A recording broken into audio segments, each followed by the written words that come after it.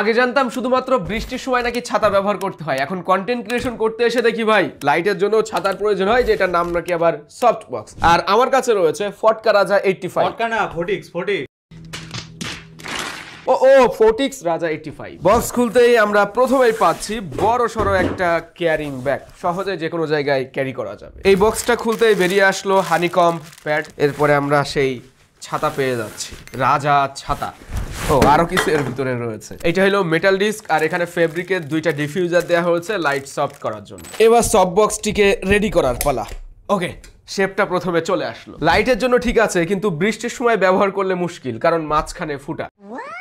এবার ছোট ডিফিউজারটা আমরা ভিতরে লাগিয়ে দিচ্ছি, এরপরে মেইন ডিফিউজারটা উপরে লাগানোর পালা। আমাদের সেটআপ পুরোপুরি কমপ্লিট। এবার এটাকে লাইটের সাথে লাগাতে হবে। শুধুমাত্র লাইটের ব্রাইটনেসটা ঠিক এইরকম, সফট বক্স লাগানোর পরে আলোটা হবে ঠিক এরকম। হ্যাঁ, এই জিনিসটা কিন্তু আমি নিয়েছি ডিজিটাল শপ থেকে। এবার থেকে প্রফেশনাল স্টুডিও সেটআপ নিয়ে এই ধরনের ভিডিওগুলি পাবেন, যাতে করে আপনারা কন্টেন্ট ক্রিয়েশন সম্পর্কে আইডিয়া নিতে পারেন।